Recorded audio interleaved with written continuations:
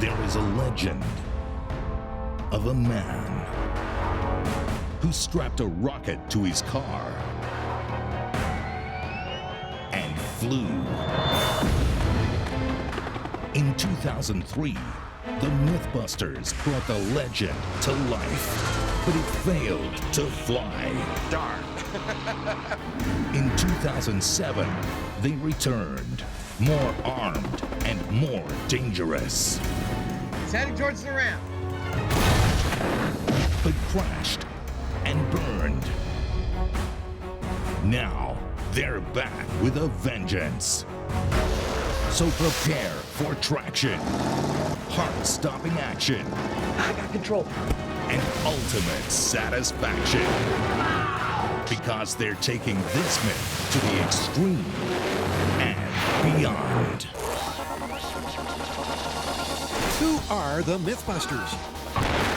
Adam Savage That is science. and Jamie Heineman. I'm ready. Between them, more than 30 years of special effects experience. Together with Grant Imahara, Oh, it's burrowing. Carrie Byron, Always makes me feel dangerous. and Tori Belleci. There's something you don't see every day. They don't just tell the myths, they put them to the test.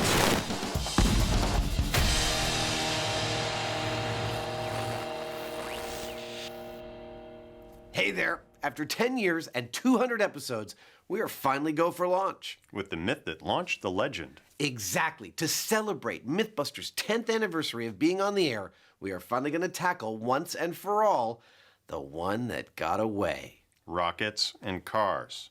Yeah, so strap yourselves in, ladies and gentlemen. Can I get an echo here? Ladies and gentlemen, it is time for JATO. Mission accomplished. It's on. Oh, it's on, because this is JATO 3, and we are all systems go for takeoff.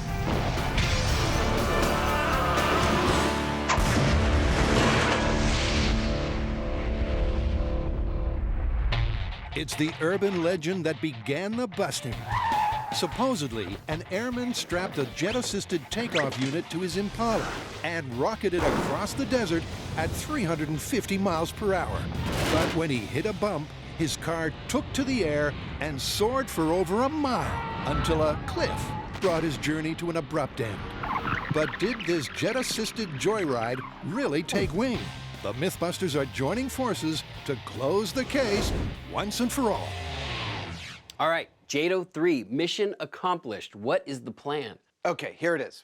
We do 2 launches. The first one is the original myth as stated. We get a Chevy Impala, strap a reliable set of rockets to it, light them up, and aim them towards a bump in the road. And see whether it takes off or not. Exactly. And if we don't get that, we up the rocket power and add a ramp. Well, you know, first off, we need a couple of these things. A couple of Chevy Impalas with remote control, Grant.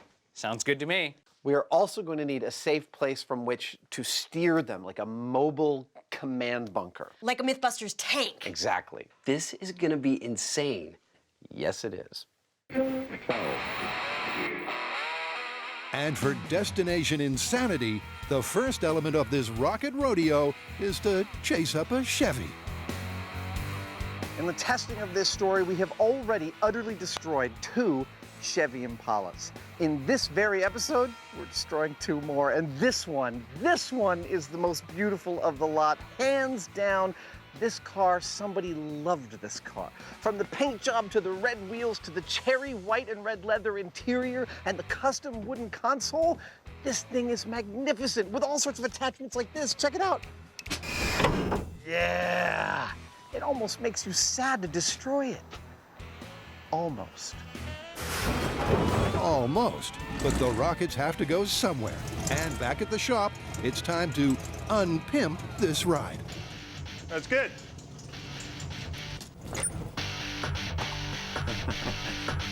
Wow, they really tried to make this car pretty. The love, you feel the love. Yeah. We're about to just throw into a dumpster. Yep, the car is stripped bare. As soon as I walked in, the guy said, "Take a seat." And I said, "Okay." And then Adam brings out his favorite friend. Yeah! To clear some junk from the trunk to make room for the rear thrusters. Now run really fast to push the car. That are so big, the glass has got to go too. Wow! What the hell? There we go. That was awesomely difficult. Difficult, but for the most important element, it's over to Jamie. We're going to mount 5 2,000-pound thrust rockets on the back of this car, which means I'm going to have to build a really reinforced mounting system. Why? Well, one of our biggest concerns is that a rocket might become detached from the car after ignition, and that effectively means it would become a missile, and we don't want that. It's a rocket, man. So to keep everybody safe, we're triangulating this rocket pocket to as many points on the chassis as we can. Hopefully that'll keep everything where it's supposed to be. That's one rocket car mod complete, and emotions are running high. Gotta say, seeing the car in the shop like that, it's a little emotional. Really?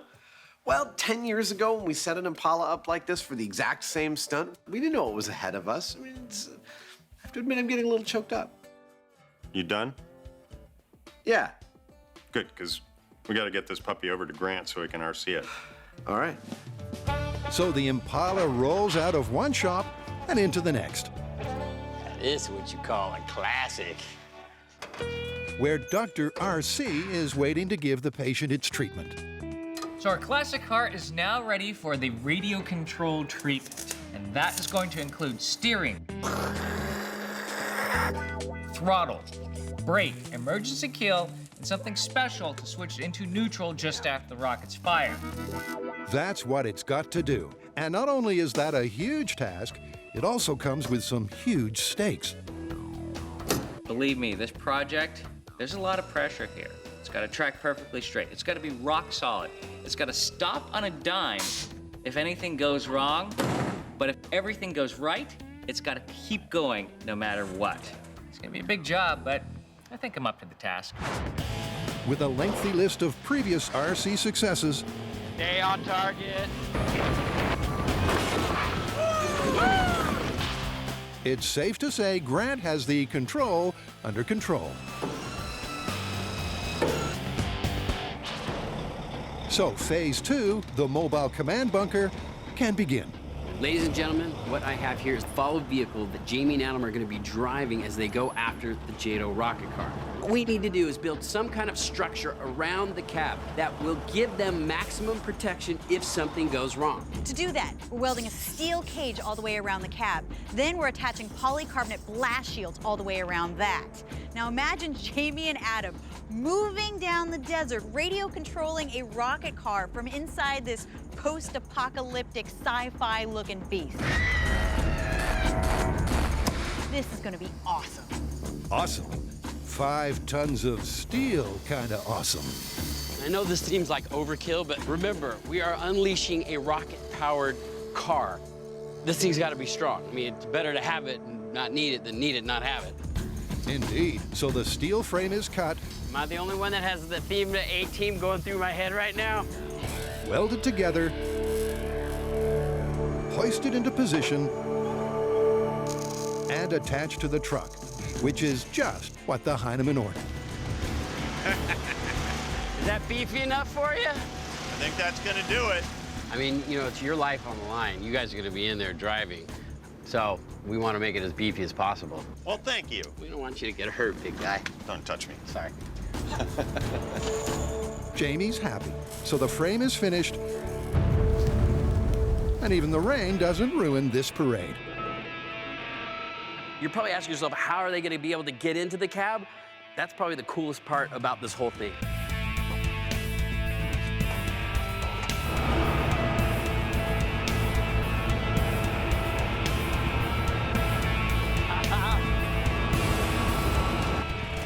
And then Jamie and Adam can get in and out. How cool is this? I mean, this is serious Mad Max stuff. And with some Mad Max reinforcements and a macho paint job, The Road Warrior is primed.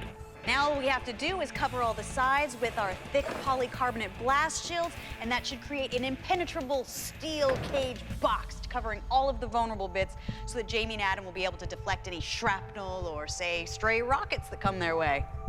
So the last pieces of the puzzle, the blast shields, are bolted into position on all three sides of the cage. Man, what are we gonna do with this truck when we're done with the experiment? I think we're ready for the apocalypse.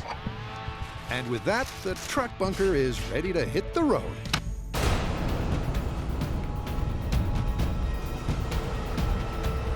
Woo! Meanwhile, next door,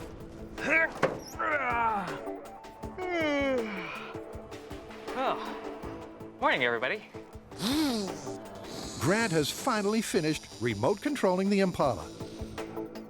Okay, so this car is ready to go with all of its radio control. But you know what? It hasn't been tested all together as a system yet.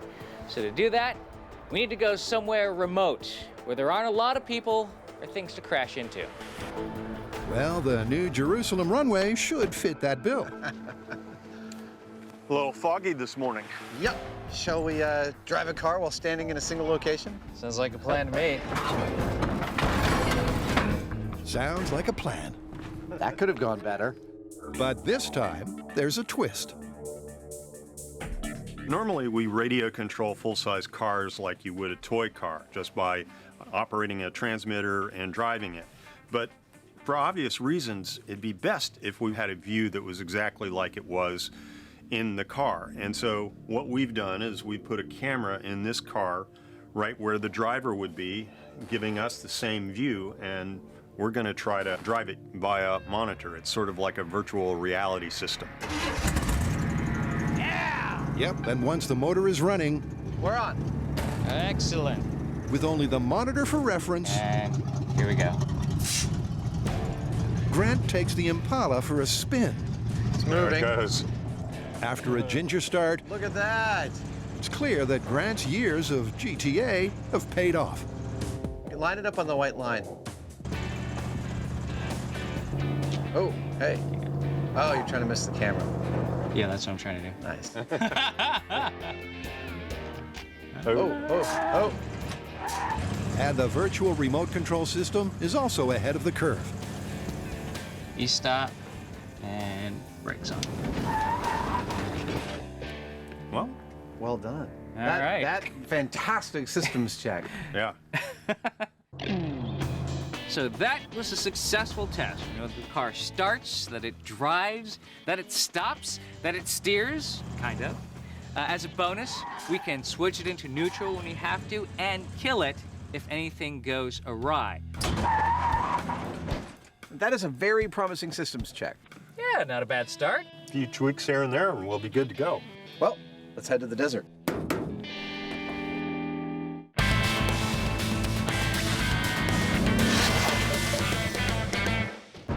In this urban legend, a speed freak strapped a rocket to his car, hit a bump, and flew through the air for over a mile until a cliff brought his sky ride to an end. It's the very first one that got away. And despite 2 previous attempts, this myth has remained unanswered. So now, the MythBusters are back in the Mojave to put it to rest once and for all. You know what? I never get tired of doing experiments in the desert. I don't think I do either. It's a good day for rockets and mayhem. Well, this is it. I know it looks like I'm standing in the middle of nowhere, but in point of fact, I'm standing on the Cuddyback Dry Lake bed in the Mojave Desert. 5 miles long, 2 miles wide. This is where the first episode of MythBusters we ever shot 10 years ago reaches its natural conclusion. This is where our rocket car, our Chevy Impala, hopefully will finally catch some air. So, all that's left is to attach the rockets to the car and go for it, right? Well, actually, no. See, first, we have to nail down our safety. Then we have to measure out a length of desert highway. And then we have to check the RC system. And when we're happy with all that, then and only then do we attach the rockets to the car. Which means I better get back to work, huh? There's a lot to do, but as always, it's safety first. Now, once these rockets go off, this car is gonna turn into a 5,000-pound missile. And if it decides to go off course, we're gonna need protection. And that's where this comes in. This is a Hunter blast-resistant steel building. And it can withstand a 1,200-pound ampo blast 75 feet away. And it is 2 times more blast-resistant than a reinforced concrete building. I'm gonna feel really safe inside of there. That's mission control sorted. But Adam and Jamie will ride in the belly of the beast. How do you like the beast? I'm speechless. I think we'll be safe in it. That thing is seriously badass, but, you know, it's missing one little touch. That's how you take a myth by the horns. That's everyone protected. Yeehaw! So next up is that highway to the danger zone. So the myth is that our driver hit this bump on the side of the road and got airborne. Now, the side of the road, it's not a huge bump. It's just about a speed bump. So we're gonna make this little berm, this little bump, out of these 50-pound sandbags. Actually, a line of 50-pound sandbags about 50 feet long. Oh, crap, this one's leaking. It's ironic. It's like we're getting ready for a flood in the desert. For visibility, it's back to black for the berm, while Adam is fashioning the guideline. Well, they told me I'd be working on the runway, so I put together something a little special. In fact, this is one of our white stripes. We're gonna lay them out for about 300 feet right down the center line, and these will be what we will use to aim the car towards ground zero. Perfect. Nailed it. Next, the route is lined with cones, and then there's one final and very important mark to make. So we have decided to set off the rockets at 200 feet before the target. That'll give the rockets enough time to burn to get the car up to speed and make sure we hit our target. However, there is one problem. The problem is that there's a 1-second delay between the time I push the button and the rockets ignite. And we want that to happen well before the berm. That's why I have this big black marker here. For when I need to push the button. No pressure here. No pressure.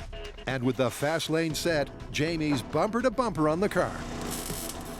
This may look like a heck of a bumper, but that's not actually what it's here for. It's here for its weight, because we need the car to fly like a rocket. And to do that, it's crucial that we have proper balance. In rockets, you need to have the center of gravity forward of the geometrical center. And so, since we've added a lot of weight in the back, because our rockets are actually quite heavy, we need to add a bunch of extra weight on the front of the car. And hopefully we'll bring that center of gravity forward enough to do the job. Yep, and with the bumper on the front, the rockets are carefully loaded onto the back. Does this look as dangerous as it feels?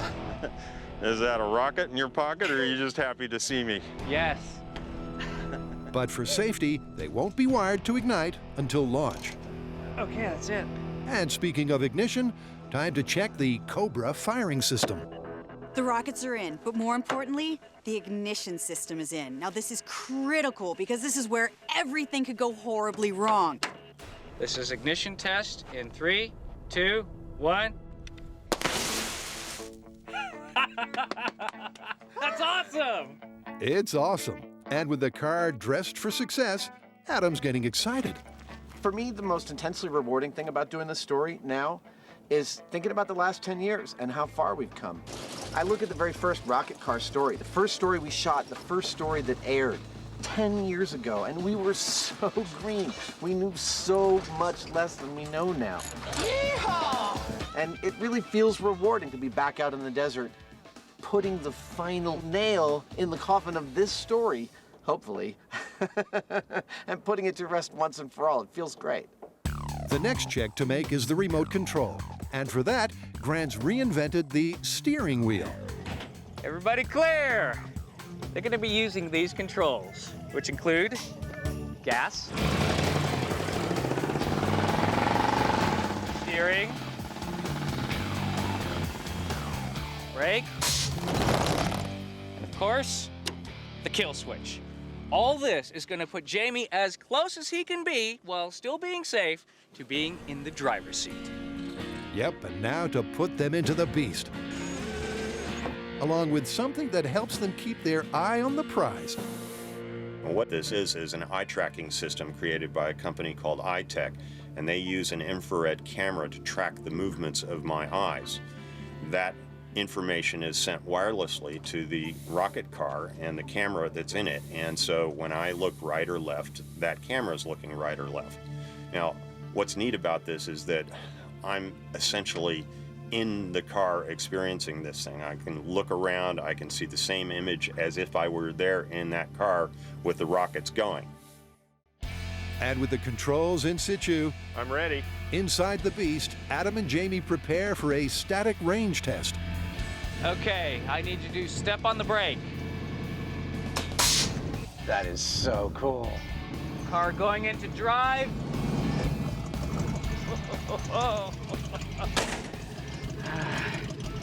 Okay, chocks away. Okay, Jamie, it's under your control.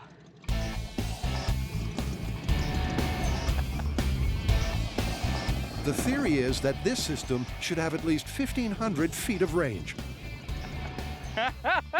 which is something Jamie quickly proves. You're at 1,500 feet. That's fantastic. You still have control? Yeah.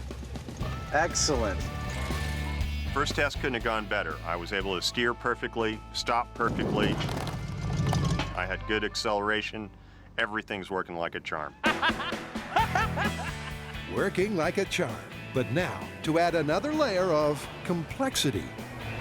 In this test, both the white car and our truck will be moving so that we can make sure we are within radio range as long as possible.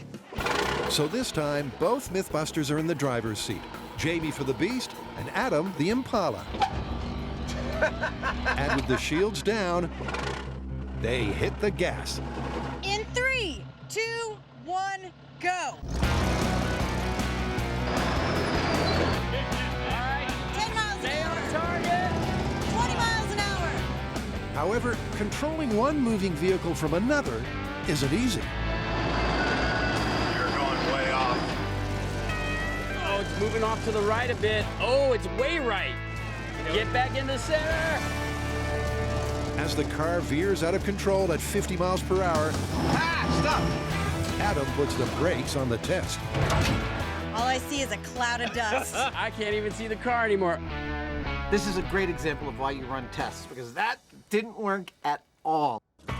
Trying to drive the rocket car via the remote screen while the dump truck is moving threw my sense of direction and steering completely out of whack. It's not feasible. We've got enough signal strength to make it to the berm, we're pretty sure. There's enough things that could already go wrong without adding that difficulty, so the truck will remain stationary for this test. With so much that could go wrong, it's all about limiting risk, which means keeping it simple and keeping the Beast stationary. So the last thing to worry about is the rockets. For due diligence, we test fired one of the rockets out of the batch of rockets we're going to be using on the cars. And it was successful. The thing is that these rockets are basically a controlled explosion, and to get the most power per pound out of them, they push them right to the edge. And if they make a mistake and they push them a little too far, you've got a pipe bomb. And that's basically what happened on the second rocket car. This time, since we've done test fire and it was successful, we anticipate we should have a successful run on the cars. Well, those could be famous last words. But with the equivalent force of a JATO wired for action, This is gonna be awesome.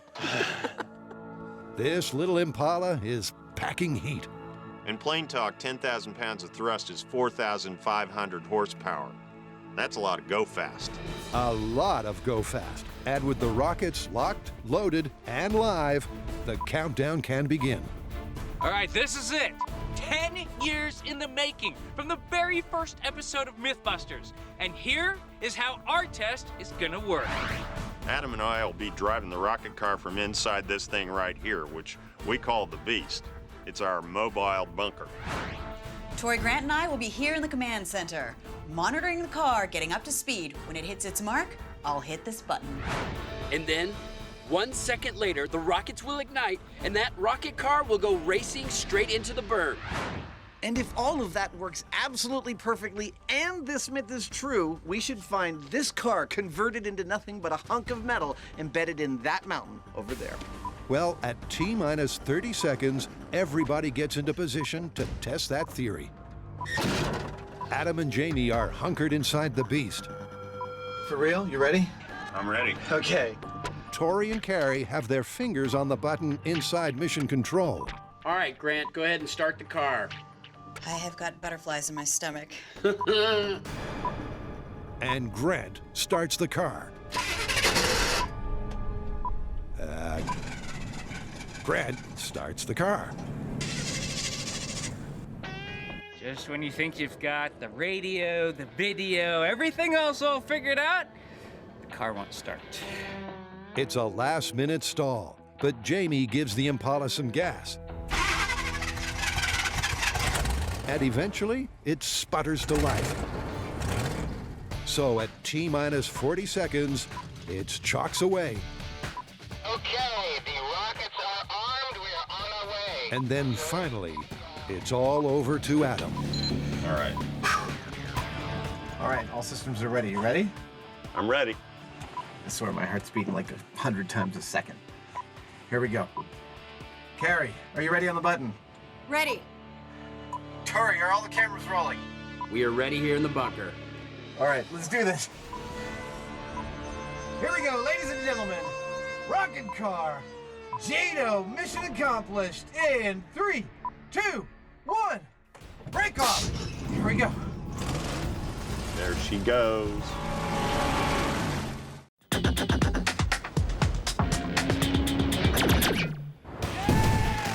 Since the beginning of MythBusters in 2003, the team has put over 850 myths to the test. But one legend has long eluded them. And now, after a decade, they're back for the ultimate conclusion.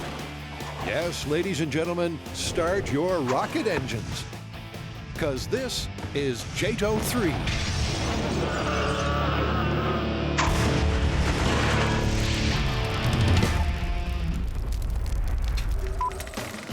It's the myth of a rookie rocketeer who attached a JATO to his car and went from 50 to 300 miles per hour in no seconds flat. But when he hit a bump in the road, he was launched into urban legend and a cliff face. But will that be the case when the legend comes face to face with reality? I, for one, believe that the rockets will ignite right about where I'm standing. The car will reach 120 miles an hour when it hits the berm. It will not take off from the ground until it gets above 200 miles an hour, at which point its direction will become unstable and it will roll 5, 6, 7, or 8 times. What do I think's gonna happen? I think Adam's gonna drive perfectly straight down the course. Carrie's gonna ignite the rockets at the perfect time. They're gonna go off, accelerate the car to incredible speed, and it's gonna smash right through the berm and continue on its merry way on the ground. What do I think's gonna happen? I think there's gonna be one heck of a speed bump. I further predict that Jamie's prediction will be, I don't know what's going to happen. That's what the experiment's for. What's my prediction? What do I know? If I knew what was going to happen, we wouldn't be doing the test. Told ya!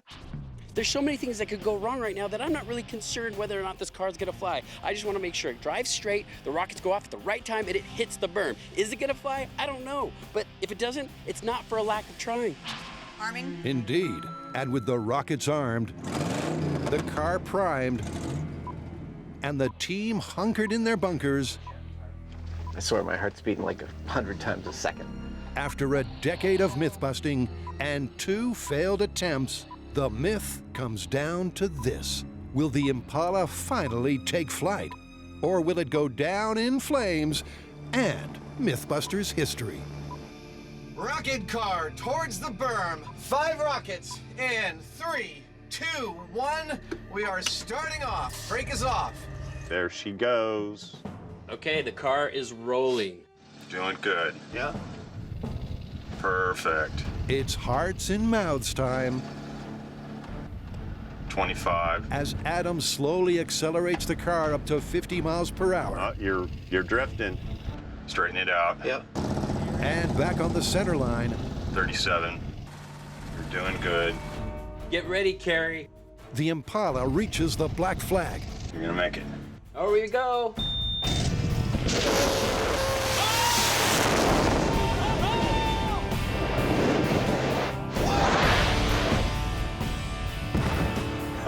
Wow! Well,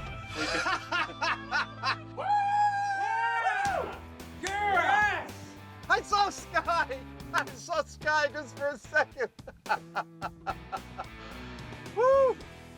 they got airborne. That was amazing! Wow. That was insane. 1 second the car was there, and the next second it was gone.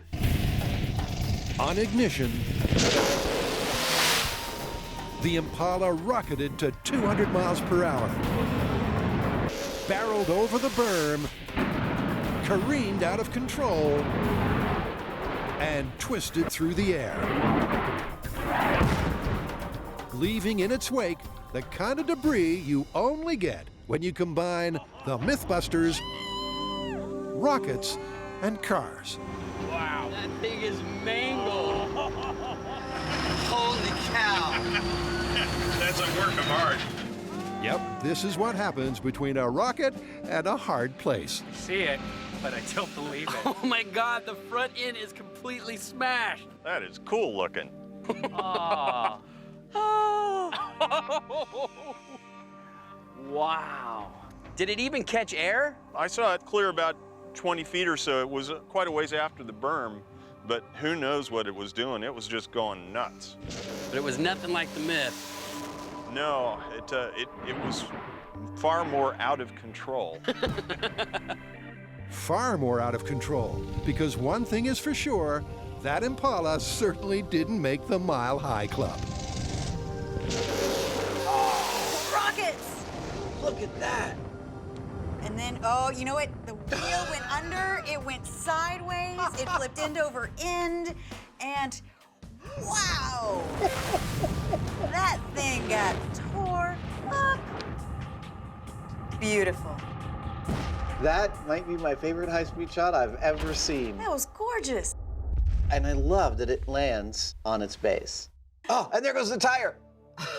It's rocketed to #1 for Adam. And for Carrie, it was one heck of a nail-biter. This is one of the most nerve-wracking experiences of my life. The car starts to move. It's kicking up dirt like crazy. It's moving faster and faster. It's getting closer to the mark. My hand is shaking above the ignition button. I'm waiting. The car approaches the black marker. It crosses, I push the button, and then the longest second of my life begins. There's a lag time, but my heart doesn't know that.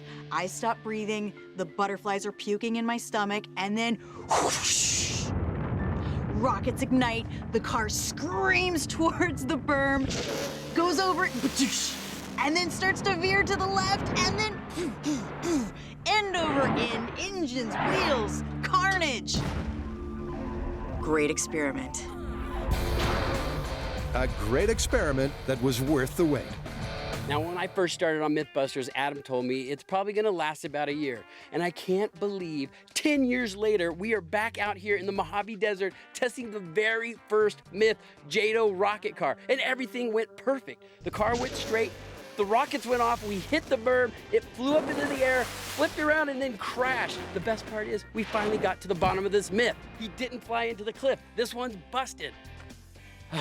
Finally. And although we didn't see a car fly, you can't say they didn't try. Well, what can you say? We're not rocket scientists. I do want to point out, though, that the only thing that survived this whole thing was what I built and things that were attached to what I built. It's still here. The rocket pocket and the truss. Heck, the whole engine fell off. The whole front of the car fell off. I think it's pretty clear. What we have here is a case of Mythus testis. We just have to find the culprits. So as the sun sets on the wreckage, those culprits can close the case. So do you guys want to call the myth 10 years later? I think we can definitively say that the original rocket car myth, once and for all, totally busted. Is this the part of the story where we get to replicate the results? Let's do it. Yes!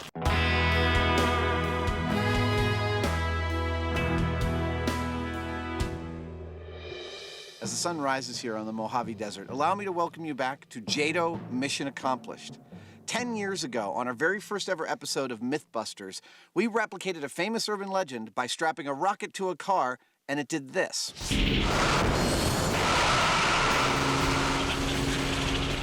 4 years later, in 2007, with more knowledge and more rocketry, we attempted to go bigger and ended up with this.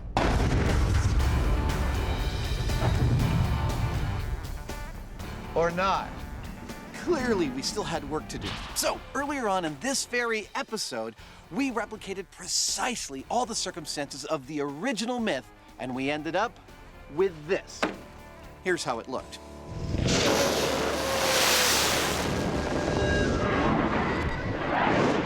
But of course, that's not good enough for us, because a rocket doesn't bounce along the ground. A rocket flies through the sky. That is our goal. That's what we're here to do. Shall we begin? Yep, the show ain't over until the rocket car flies. So here's that second Impala they made earlier. Fitted with a heavy-duty rocket pocket and a remote control system. It's identical to Impala 1, but this time it's racing red. All right, so here's what we're gonna do differently. First of all, we're gonna give the Impala 6 rockets. That's 20% more power, and by our calculations, should get it airborne. But second, and most importantly, we're gonna give this car a little jump start on gravity. So to see the Impala take flight this time around, they're literally ramping up the test. This time we are getting that car airborne no matter what it takes, and we've decided what it takes is a ramp. Can we get some help over here? Yeah! This is exactly how the Egyptians did it. Moving in, moving in. We built more than a few in our 10-year tenure on MythBusters. We built a huge one out of dirt for the Dukes of Hazzard jump. And we used a couple of old shipping containers to launch the second rocket car. Actually, it didn't launch at all. But for this one, we've decided to build the ramp wholly from scratch. Why? Because it turns out after all these years, we now know how to do that. Well, maybe not exactly from scratch, because you know what? This is very similar to the barn raisings Jamie used to do as a child. They already make these things. They're pre-manufactured and they're called roofs. We're also going to put them together with screws so we can recycle the lumber. It's a roof job, but someone's got to do it. Next on speed building. Will they get the roof done before the sun goes down? Well, yes. And remember, this isn't just a ramp. It's also a launching pad. This ramp's job is to send that rocket car up in the air. In order to do that, it has to change its direction, which means it has to take all its forward momentum and alter it slightly, which means we have to spread a tremendous load right here at the front part of the ramp, which we've done with 5 inches thick of wood spreading that load. Hopefully that'll be enough. Hopefully, because at 32 feet wide, 65 feet long, and 11 feet off the desert floor, that's one rugged ramp. But to become part of the JATO legend, it's going to need to look the part.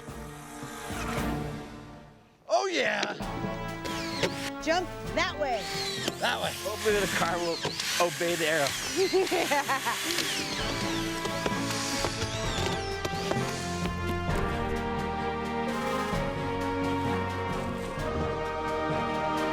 Uh-oh. I see a problem. Well, there she blows. 1,100 feet of white line fever ending in what is undoubtedly the most beautiful ramp we have ever made on this show. And it's only ever going to get one set of tire tracks. Only one set, courtesy of Big Red, which is ready and raring for a quick systems check. Okay, Jamie, go ahead. Brake is off. Nice acceleration, nice and smooth. Yes! That was so straight, he's got it! I'm stopping. Woo! Just add rockets. Good job. The launch pad, the car, and its new pilot, the Heinemann, are good to go. So now to add that explosive payload, the rockets. This time, we're using 6 rockets. That's 12,000 pounds of thrust. Yep, this car is more armed and more dangerous, with a total thrust Perfect. of 5,400 horsepower. 1, 2, 3. Yeah, Sorry about the wrestling, but it's better to have a tight fit than a loose fit. that's true. That's what I always say. And with the rockets locked and loaded, there's just one more thing to add. Now, I'm sure there are those among you at home who are familiar with rocketry who are wondering to yourselves, why don't we make our jobs a little easier by pulling the engine and putting a nice long tail fin stabilizer on this? Well, you see, we think of that as cheating. That turns this into a car-shaped rocket. What we want is a rocket-powered car, and that's what this is. It's a rocket-powered car, and it's going to hit the ramp at full tilt. But will that combo finally get the Impala to fly high? Since the dawn of time, man has never seen such engineering and ingenuity, all aimed towards one goal, one purpose: to get a car to fly like a rocket. Until now.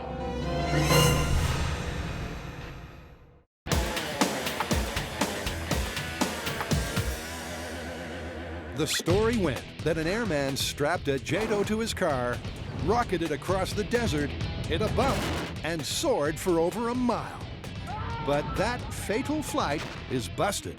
So we tested the myth exactly the way it was described, yet we could not get the rocket car to fly. So now we are back for my favorite part, which is replicating the results, or at least giving it everything we got.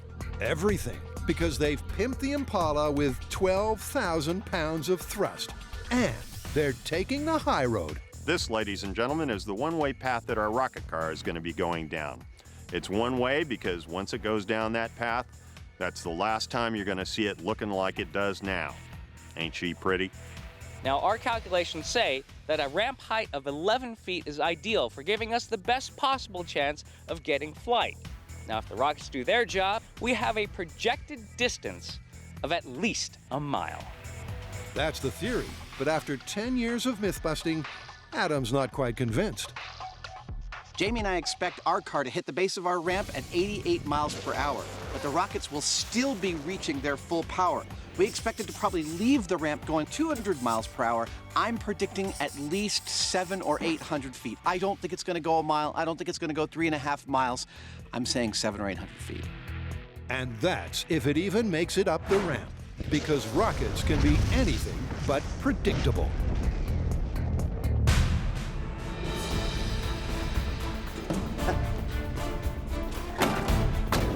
However, with only one car left, this is their last shot. And it's all down to the Heinemann. Shields are engaged. It's all you, buddy. The pressure is on, because he must keep the car on track and hit the ramp dead center to bring 10 long years of sweat, blood, and gears to its ultimate conclusion. Let's do it. Once again, Grant starts the Impala. Sounds great. Seating to the bunker. Arming. Then the rockets are armed, Take it away, you guys. and it's the final countdown.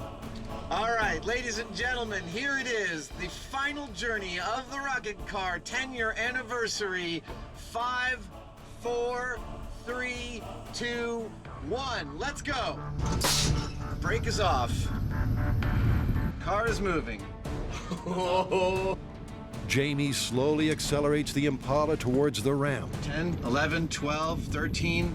You're right on center. You're looking great. 21, 22. You're slightly steering to the right of the black line. 31, 32. You're doing great. 37, 39, 40. You're doing fantastically. All right, you guys are looking good. Center up. He's gonna hit it right now. There goes the rockets.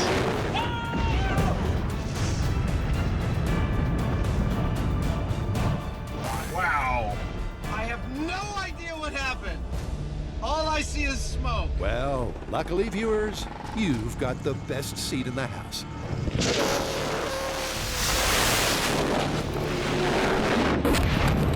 Wow, that was intense. Because it's clear that the rocket car finally flew. Wow. Holy. For 10 fleeting seconds, it pirouetted through the air. Do you see that? It hit the ramp and just did a spin in the air. That was insane! It's just a pity about the crash landings in between. That's intense. Let's go check it out. As the remains of the Impala are doused by the fire department, Yeah! Woo! the MythBusters go in for a closer look. Looks like the whole car's been pushed up inside its chassis. Wow. Oh, man. This car seems to have met an angry giant. Now that's what I call an ending. Woo! Isn't that something? You know, I'm becoming kind of fond of the steaming hulks that we are getting used to seeing after these things. The Steaming Hulk. That's our MythBusters superhero. Yeah. The Steaming Hulk. So I guess no jet-powered car on the way home, huh? Nope, I think this is a total loss. It's a total loss for the car, but an epic win for the MythBusters. Well, that was about as neat a run as you could hope for. Once Grant had started the car, gave us control, and everyone was in their bunker, Jamie started the car. Started off at a nice low speed, gave it a little bit of gas, stayed really dead on center. At the moment it crossed Carrie's button line, I couldn't see a thing. I'm looking straight out the windshield and all I saw was smoke. For all I knew, the whole thing blew up right there on the stand. What happened? And then the smoke starts to clear. And as the smoke's clearing, I can see that Jamie has perfectly hit the ramp. I mean, totally straight, but with a tremendous amount of force. The ramp seems torn up. After that, all we could see behind the ramp is just a smoking hulk. We approached it with our shields on and waited for the fire department to put it out. The amount of destruction on that is truly shocking. There's nothing car-like about it anymore. This couldn't have gone any better. The car went straight down the track. The rockets went off at the perfect timing. It went off the ramp, but even with all that power, it did not fly as far as the myth claims. It did fly, though, and after seeing that crash, you couldn't ask for a better result. Look at this ramp! Oh my gosh! Look at this! Not even through the dust cloud. Jamie nailed it straight up the center. He tore up the ramp and the rockets blew the carnage backwards. Beautiful. Ertz, when you think about man-made things that are intended to fly, like an airplane, a missile, an arrow, they all have something in common. They're not shaped like a car. Even with the benefit of incredible thrust, perfect weight distribution, a ramp to give it an ideal initial trajectory, we couldn't make this car fly more than 600 feet. The myth of the rocket car, it's busted. I guess we're still a ways away from those flying cars everybody wants. Yep, finally this myth, just like the car, is totally and utterly busted.